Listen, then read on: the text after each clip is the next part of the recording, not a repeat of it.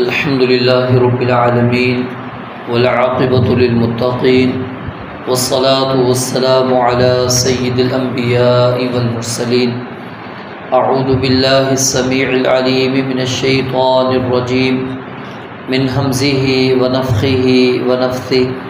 بسم الله الرحمن الرحيم.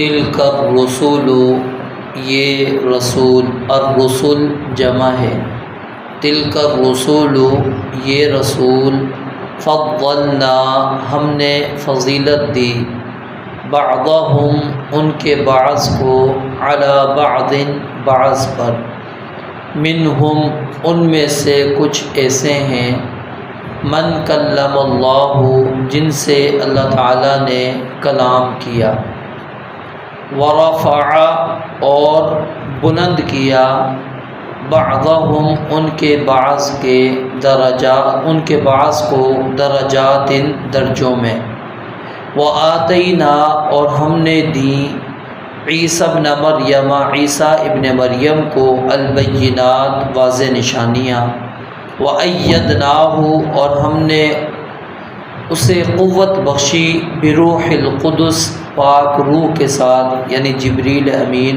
علیہ السلام کے ساتھ.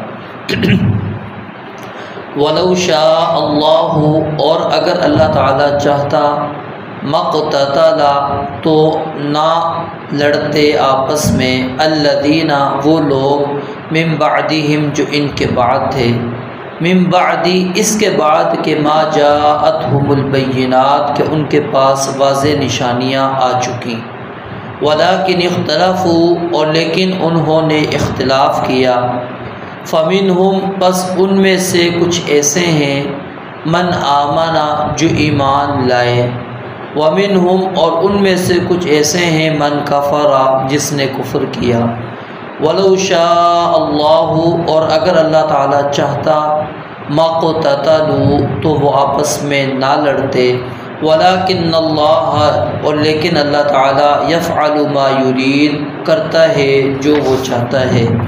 یا ایھا الذین آمنوا اے لوگو جو ایمان لائے ہو، انفقوا خرچ کرو، مما اس میں سے جو رزقناکم ہم نے تمہیں دیا، من قبل اس سے پہلے، ان یأتی یوم کہ آ جائے وہ دن، لا بیع فیہ جس میں کوئی خرید و فروخت نہیں ہوگی، ولا خلۃ اور نہ ہی کوئی دوستی، ولا شفاعت اور نہ ہی کوئی سفارش، والکافرون هم الظالمون اور کافر لوگ ہی ظالم ہیں.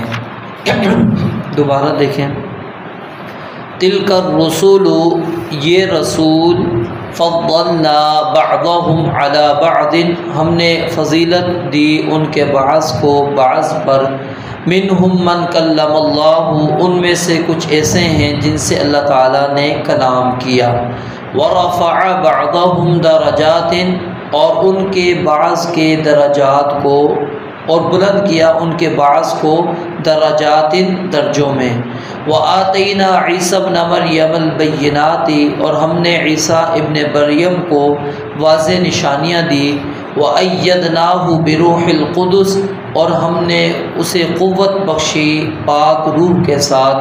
وَلَوْ شَاءَ اللَّهُ اور اگر اللہ تعالیٰ چاہتا، مَقْتَتَلَ الَّذِينَ تو آپس میں نہ لڑتے وہ لوگ، مِن بَعْدِهِمْ جو ان کے بعد تھے، مِن بَعْدِ مَا جَاءَتْهُمُ الْبَيِّنَاتُ اس کے بعد کہ جب ان کے پاس واضح نشانیاں آ چکی، وَلَكِنِ اخْتَلَفُوا اور لیکن انہوں نے اختلاف کیا، فَمِنْهُمْ مَنْ آمَنَ پس ان میں سے کچھ ایسے ہیں جو ایمان لایا، وَمِنْهُمْ مَنْ کفر اور ان میں سے کچھ ایسے ہیں جس نے کفر کیا. وَلَوْ شَاءَ اللَّهُ مَقْتَتَلُوا اور اگر اللہ تعالیٰ چاہتا تو وہ آپس میں نہ لڑتے، وَلَكِنَّ اللَّهَ يَفْعَلُ اور لیکن اللہ تعالیٰ کرتا ہے، مَا يُرِيدُ جو چاہتا ہے.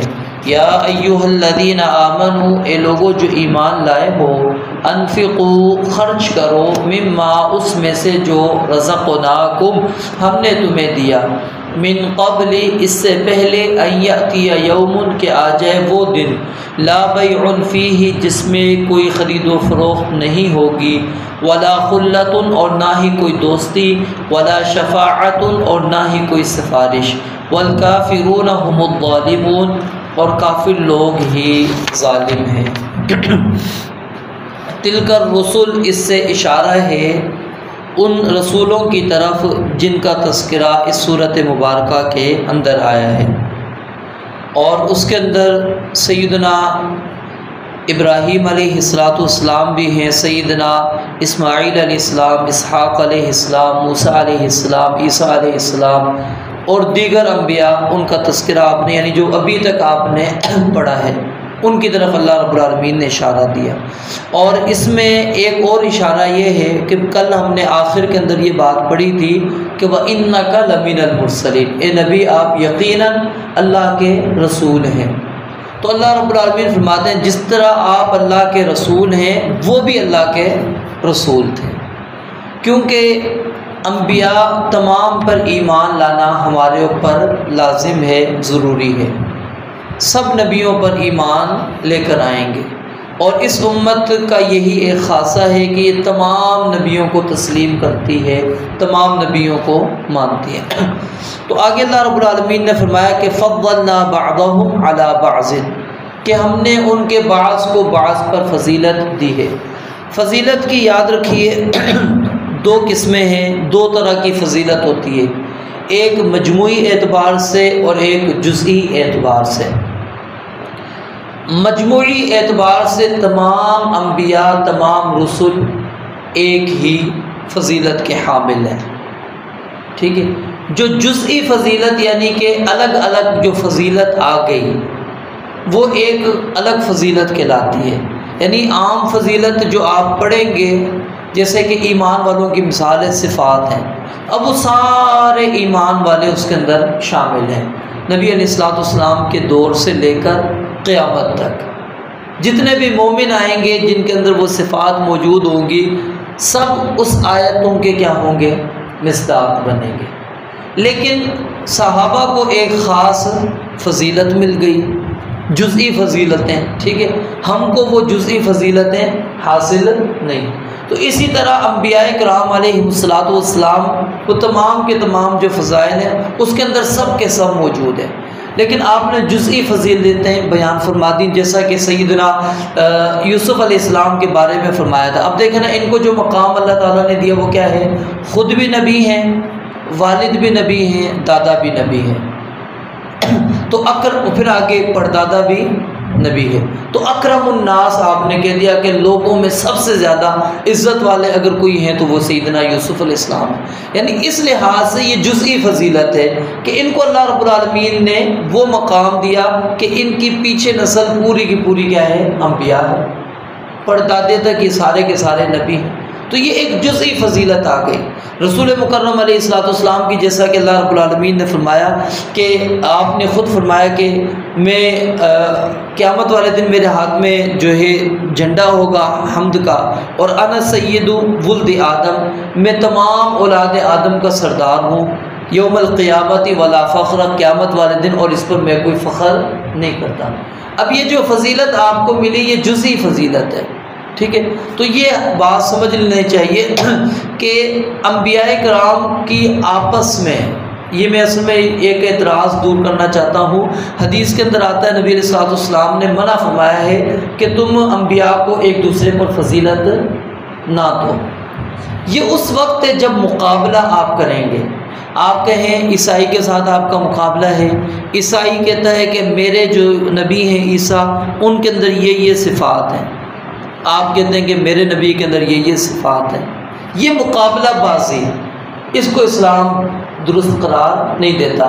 جیسا کہ ایک یہودی اور ایک مسلمان کا جھگڑا ہو گیا، اور یہودی نے کہا کہ میرا نبی جو موسیٰ ہے وہ افضل ہے، مسلمان نے کہا نہیں میرا نبی افضل ہے۔ رسول مکرم علیہ السلام کے پاس دونوں آئے تو آپ علیہ السلام نے فرمایا کہ ہم انبیاء کو آپس میں فضیلت نہ دو، ہم سب کے سب برابر ہیں۔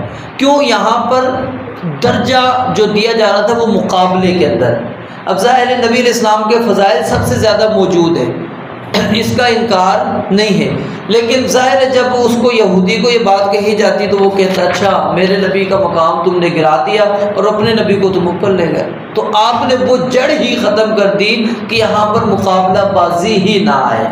مقابلہ بازی جہاں پر ہوگی وہ غلط ہے، ٹھیک ہے، مقابلہ بازی نہیں کرتے، آپ ویسے ہی فضائل بیان کرتے ہیں کہ موسیٰ علیہ السلام کو اللہ نے یہ فضیلتیں دی، عیسیٰ علیہ السلام کو یہ دی، ابراہیم علیہ السلام کو یہ دی، رسول اللہ صلی اللہ علیہ وسلم کو یہ دی، کوئی آپس میں مقابلہ نہیں ہے، تو اس میں کوئی حرج نہیں ہے۔ تو یہ چیز ذہن میں رکھ لیجئے، جب مقابلہ ہوگا پھر انبیاء کو ایک دوسرے پر فضیلت نہیں دیں گے، جب مقابلہ نہیں ہے تو پھر فضیلت بیان کر سکتے ہیں، کیونکہ خود اللہ تعالیٰ نے بیان فرمائی ہے کہ فضلنا بعضهم على بعض، کہ ہم نے بعض کو بعض پر فضیلت بخشی ہے۔ تو جب اللہ نے بخش دی ہے تو ہم اس کو گرانے والے کیسے ہو سکتے ہیں؟ منہم من کلم اللہ، اب یہاں پر غور کریں، اللہ رب العالمین نے یہ نہیں کہا کہ کس سے اللہ نے کلام کیا۔ موسیٰ علیہ السلام معروف ہیں اور دوسرے کون ہیں؟ رسول اللہ صلی اللہ علیہ وسلم ہیں جن سے اللہ نے کلام کیا۔ تو یعنی ضرورت ہی اللہ نے محسوس نہیں کی کہ یہاں پر وضاحت کی جائے کہ وہ کون ہیں جن سے اللہ نے کلام کیا، سب کو پتہ ہے رسول اللہ صلی اللہ علیہ وسلم اس کے اندر شامل ہے، ٹھیک ہے۔ ورفع بعضهم درجات، اور اللہ فرماتے ہیں ان میں سے کچھ کو اللہ نے فضیلت اس طرح دے دی کہ اللہ نے ان سے خود ہم کلام ہوئے، کلام کیا ہے۔ ورفع بعضهم درجات، اور ان کے بعض کو اللہ رب العالمین نے درجے میں ایک دوسرے سے بلند کر دیا ہے۔ پھر عیسیٰ ابن مریم کا ذکر کیا۔ عیسیٰ ابن مریم کا خاص طور پہ قرآن مجید میں جہاں بھی پڑھیں گے صرف عیسیٰ بہت کم آئے گا، عیسیٰ کے ساتھ ابن مریم اللہ رب العالمین لگاتے ہیں۔ اس کی وجہ یہ ہے کہ وہ جو عیسائیوں کے عقائد ہیں اس کی جڑ اللہ رب العالمین کاٹتے ہیں، کہ جو ان کا عقیدہ ہے کہ عیسیٰ علیہ السلام اللہ کے بیٹے ہیں، تو عیسیٰ ابن اللہ نہیں ہے، عیسیٰ ابن مریم ہے۔ اللہ یہ واضح کر دیتے ہیں کہ عیسیٰ میرا بیٹا نہیں ہے۔ تو یہ کلیئر کرنا ان کے ذہنوں کو، تاکہ کوئی شک اور شبہ کے اندر نہ رہے۔ اور یہ ایک لحاظ سے وہ یعنی عیسیٰ علیہ السلام کو فضیلت دے دیتے تھے، سمجھتے تھے کہ یہ اللہ کا بیٹا ہے، تو اللہ رب العالمین نے اس کے یہاں پر تردید بھی کر دی، اس عقیدے کو بھی رد کر دیا۔ فرمایا کہ ہم نے عیسیٰ بن مریم کو البینات، واضح معجزات عطا کیے، جو کہ آپ آگے سورہ آل عمران کے اندر پڑھیں گے، جو ان کو اللہ تعالیٰ نے دیے۔ اور پھر وَأَيَّدْنَاهُ بِرُوحِ الْقُدُسِ، ہم نے ان کی مدد کی ہے پاک روح کے ساتھ، یعنی جبریل امین علیہ السلام کے ساتھ۔ حالانکہ یہ سارے نبیوں کے ساتھ معاملہ ہے، سب نبیوں کے مدد سیدنا جبریل امین علیہ السلام، کیونکہ اللہ رب العالمین کا پیغام وہی لے کر آتے تھے، تو مدد بھی ان کے ذریعے سے ہی نازل ہوتی تھی۔ لیکن یہ ایک اعزازاً اللہ رب العالمین نے ان کا تذکرہ کر دیا کہ عیسیٰ ابن مریم کیا ہیں، ہم نے ان کو معجزے بھی دیے ہیں اور ان کی سیدنا جبریل امین علیہ السلام کے ساتھ قوت بھی بخشی ہے، ان کو طاقت بھی ہم نے دی ہے، ان کی مدد بھی کی ہے۔ پھر آگے اللہ رب العالمین نے ایک چیز ذکر کی، اس کا تعلق ہے تقدیر سے۔ یہاں پر اللہ رب العالمین نے یہ چیز تو بیان کر دی کہ یہ آپس میں جو لوگ لڑتے ہیں، پتہ ہے یہودیوں کو، عیسائیوں کو بھی پتہ ہے، مسلمانوں کو بھی پتہ ہے، واضح آیات سب کے پاس موجود ہیں، سب کو پتہ لگ گیا حق کس کے پاس ہے۔ لیکن اس کے باوجود اللہ فرماتے ہیں یہ آپس میں جو لڑتے ہیں اس کی وجہ کیا ہے؟ یہ اللہ رب العالمین کی مشیت ہے۔ اب یہاں پر اللہ تعالیٰ نے وہ وجہ نہیں بیان فرمائی کہ یہ میں نے کیوں رکھا ہے، آپس کا اختلاف، آپس کی لڑائی جھگڑے ان کے کیوں رکھے، یہ اللہ رب العالمین کی مشیت اللہ بہتر جانتے ہیں کہ اللہ رب العالمین نے اس چیز کو کیوں نہیں ختم کیا۔ چاہتے تو اللہ رب العالمین کیا ہے ختم کر دیتے۔ تو یہ ہمارا تقدیر پر ایمان ہونا چاہیے کہ آپس میں اگر لوگ لڑتے ہیں عقائد کی بنیادوں کے اوپر، یہ اللہ رب العالمین کی مشیت ہے۔ اللہ رب العالمین اس کے ذریعے سے اس کو اگر ہم اس کے ساتھ ملا دیں تھوڑا بہت سمجھ میں ہمیں آ جائے گا، جیسا کہ جنگ بدر کے بارے میں اللہ نے فرمایا لِيُحِقَّ الْحَقَّ وَيُبْطِلَ الْبَاطِلَ، کہ اللہ نے یہ جنگ اس لیے کروا دی تاکہ حق کو حق کر کے واضح کر دے اور باطل کو باطل کر دے۔ تو یہ لڑائیاں اس وجہ سے ہے تاکہ لوگوں کو بھی پتہ لگ جائے حق کیا ہے، باطل کیا ہے، اللہ کی مدد کس کے ساتھ ہے، نصرت کس کے ساتھ ہے۔ تو فرمایا کہ اگر اللہ تعالیٰ چاہتا تو آپس میں یہ نہ لڑتے۔ تو یہاں پر پھر بعض لوگ یہ اعتراض کرتے ہیں تو اچھا پھر اس کا مطلب ہے ہم آپس میں لڑ لیں تو یہ تو اللہ کی مشیت ہے۔ یاد رکھیے اللہ رب العالمین نے ہمیں اختیار دیا ہے، لیکن ہمیں کلی اختیار نہیں ہے کہ ہم بالکل آزاد ہوں۔ بالکل آزاد ہوتے تو اپنی مرضی سے کہیں پر بھی پیدا ہو جاتے ہیں، اپنی مرضی سے ہم بیمار ہو جاتے، صحت مند ہو جاتے۔ یہ ہمارے اختیارات نہیں ہیں، اللہ نے اختیار دیا ہے، لیکن پھر بھی ہم اللہ کی مشیت کے تابع ہیں، کلی اختیار نہیں ہے۔ اللہ نے مجبور نہیں کیا، ٹھیک ہے، یہ بات ذہن میں رکھ لیں۔ مجبور نہیں ہے کہ اللہ رب العالمین نے ہمیں مجبور کر دیا، گھسیٹ کے لے کر آ گئے، یہ بھی نہیں۔ اللہ نے کھلا آزاد بھی نہیں چھوڑا، نہیں، اللہ کی مشیت کے ہم تابع ہیں۔ جہاں جہاں پر اللہ نے ہمیں اختیار دے رکھا ہے وہاں پر ہم با اختیار ہیں، اور جہاں پر نہیں ہے وہاں اختیار ہی انسان کا ختم ہو جاتا ہے، وہ اللہ تعالیٰ کی مشیت پر چلتا ہے۔ تو یہ آپس کی لڑائی یہ اللہ رب العالمین کی مشیت ہے، ٹھیک ہے۔ اور اللہ فرماتے ہیں یہ ما جاءتہم البینات، ان کے پاس واضح دلیل آ گئی، اس کے بعد بھی وہ آپس میں لڑتے رہے۔ اس کی وجہ کیا تھی؟ اختلافو، انہوں نے اختلاف کیا، انہوں نے کہا نہیں ہم حق پر ہیں، تم باطل پر ہو، صرف اس وجہ سے وہ لڑائیاں کرتے ہیں۔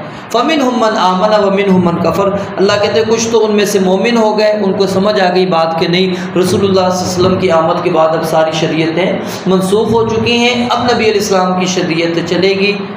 کچھ تو ایمان لے آئے اور کچھ نے کہا کہ نہیں ہم تو اپنے ہی نبی کو مانیں گے۔ وَلَوْ شَاءَ اللَّهُ مَا اقْتَتَلُوا، پھر اللہ نے دوبارہ یہی تکرار کیا کہ اگر اللہ رب العالمین چاہتا تو وہ آپس میں نہ لڑتے۔ وَلَكِنَّ اللَّهَ يَفْعَلُ مَا يُرِيدُ، لیکن اللہ تعالیٰ جو چاہتا ہے وہ کرتا ہے، یعنی اللہ رب العالمین کی یہ مشیت ہے کہ اس طرح اللہ رب العالمین اس کائنات کا نظام چلانا چاہتا ہے۔ پھر آگے اللہ رب العالمین نے وہی بات جو پیچھے ہم نے پڑھی تھی انفاق فی سبیل اللہ کا، اسی بات کو اللہ تعالیٰ نے دوبارہ دہرایا اس آیت کے اندر، اور اس آیت میں جو ترغیب دی ہے اس کا انداز کچھ مختلف ہے، اور یہاں پر جو اصل ہے وہ آخرت کی تیاری کی طرف اشارہ ہے۔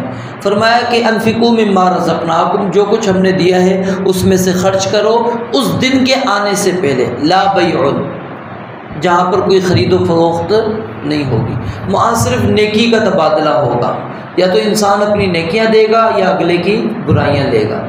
ادھر درہم و دینار کچھ نہیں انسان کے پاس، یہ نہیں ہے کہ تم یہ لے لو وہ دے دو، کچھ بھی نہیں ہو سکتا۔ پھر ولا خلتن، وہاں کوئی گہری دوستی بھی کام نہیں آئے گی، وہاں کوئی تعلق نہیں چلے گا۔ من بطّ به عملہ لم یسرع به نسبہ، آپ نے فرمایا جس کے عمل نے اس کو پیچھے چھوڑ دیا اس کا خاندان اس کو آگے لے کے نہیں جائے گا، حسب و نسب سب ختم۔ وہاں پر کوئی خلا، کوئی دوستی، کوئی یاری کچھ بھی کام آنے والی نہیں ہے کہ بندہ کہے کہ جی وہاں پر میری کچھ چل جائے گا۔ ولا شفاعت، اور فرمایا کہ وہ دن ایسا ہوگا کہ کوئی سفارش بھی نہیں ہوگی، کیونکہ سفارش کا اختیار اللہ رب العالمین کے ہاتھ میں ہوگا۔ یہ اگلی آیت کے اندر آ رہا ہے مزید۔ پھر اللہ رب العالمین جس کو چاہیں گے یہ اختیار دیں گے، اور جتنا اختیار دیں گے اور جس کے متعلق دیں گے اتنی ہی وہ سفارش کر سکے گا، وگرنہ نہیں۔ ہم سمجھتے ہیں کہ جی میں نے اپنے بیٹے کو حافظ بنا دیا تو اس نے مجھے جنت میں لے جانا ہے، ٹھیک ہے، سفارش کر لے گا۔ لوگوں نے اچھا یہ جی ہمارے خاندان میں سے یہ شہید ہو گیا، 72 کے اندر ہم آ ہی جاتے ہیں، ہمیں بھی لے جائے گا۔ یعنی ہم یہ ایسی جھوٹی تسلیوں میں اپنے آپ کو لے کر زندگی گزار رہے ہوتے ہیں کہ جی میرے خاندان میں شہید بھی ہے، میرے خاندان میں یہ بھی ہے، وہ بھی ہے، وہ بھی ہے، یہ مجھ کو پکڑ کر لے جائیں گے۔ یاد رکھیے وہاں پر کچھ بھی انسان کے کام نہیں آئے گا، وہاں حسب نسب تعلق ختم۔ اللہ نے وہ سفارش قبول کرنی ہے، لیکن کس کے بارے میں وہ اللہ تعالیٰ جانتا ہے۔ اللہ کس کے بارے میں ان کو کہیں گے جی سفارش کرو، کون سے تم نے 70 اٹھانے ہیں، ٹھیک ہے، وہ قیامت تک آنے والے ہمارا پورا خاندان ہو سکتے، لازمی تو نہیں کہ ہم ہی زندہ ہیں تو ہمارے اس وقت کے ہوں گے تو وہی ہوں گے، ٹھیک ہے، پیچھے تک بھی جا سکتی، آگے تک بھی کہا نہیں جا سکتی، کہاں سے بھی اللہ رب العالمین کہے کہ اٹھاؤ ان کے بارے میں آپ سفارش کرو۔ تو اس لیے اس طرح کے جو آس ہے نا یہ انسان کو مزید عمل سے پیچھے رکھتی ہے۔ ہاں امید رکھنا، حسن ظن رکھنا یہ ایک اچھی بات ہے کہ بندہ حسن ظن رکھے کہ مجھے امید ہے اللہ تعالیٰ اس کے بدلے میں مجھے یہ مقام دیں گے، عزت دیں گے، ہمارا یہ معاملہ ہے انشاءاللہ، امید ہے کہ اس کے ذریعے سے ہماری کچھ نہ کچھ ہوگی۔ وہ ایک امید کا ہونا، حسن ظن رکھنا یہ ایک اچھی بات ہے، لیکن اس کے اوپر کلی اعتبار کرنا یہ درست نہیں، کیونکہ سفارش والا معاملہ بڑا ہی کٹھن ہے۔ اور پچھلے جمعے میں نے یہاں پر جمعے میں بھی یہ بات بتلائی تھی کہ کوئی نبی بھی سفارش کرنے کے لیے آمادہ ہی نہیں ہوں گے، تیار ہی نہیں ہوں گے۔ آدم علیہ السلام کہیں گے نہیں، نفسی نفسی، میری اپنی جان ہے۔ نوح علیہ السلام بھی کہیں گے، سیدنا ابراہیم علیہ السلام، پھر اسی طرح موسیٰ علیہ السلام، عیسیٰ علیہ السلام، چلتے چلتے وہ کہیں گے جاؤ رسول اللہ صلی اللہ علیہ وسلم کے پاس۔ پھر نبی علیہ السلام بھی لمبا عرصہ 3 مرتبہ سجدے میں گریں گے، 3 مرتبہ آپ کو کہا جائے گا مانگو آپ کو دیا جائے گا، سفارش کرو قبول کی جائے گی۔ تیسری کے مرتبہ اٹھنے کے بعد پھر آپ صرف اتنا کہیں گے، لوگوں کا حساب شروع کیا جائے بس۔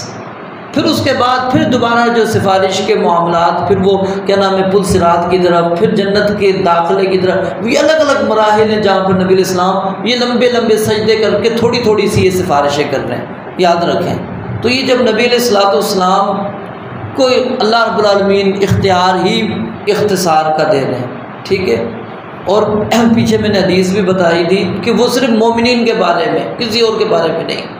تو یہ پھر عام بندوں کے بارے میں ہمارا یہ عقیدہ نظریہ رکھ لینا یا ہم سمجھ لینا کہ جی وہ ہمارے سفارشی ہوں گے، یہ انسان کو شیطان نے دھوکے میں مبتلا کر لیا ہے، اس دھوکے سے انسان کو نکلنا چاہیے۔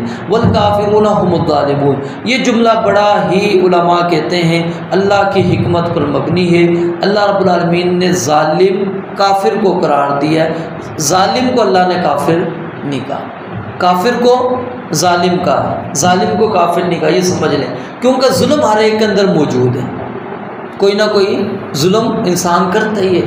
تو یہ کہتے ہیں کہ اگر اللہ تعالیٰ یہاں پر یہ جملہ لے کر آ جاتے ہیں کہ والظالمون هم الکافرون، پھر تو کوئی بھی کہتے ہیں بچنا نہیں تھا۔ یہ اللہ کی رحمت ہے کہ اللہ تعالیٰ نے یہاں پر بھی کافروں کو رکھا، ٹھیک ہے۔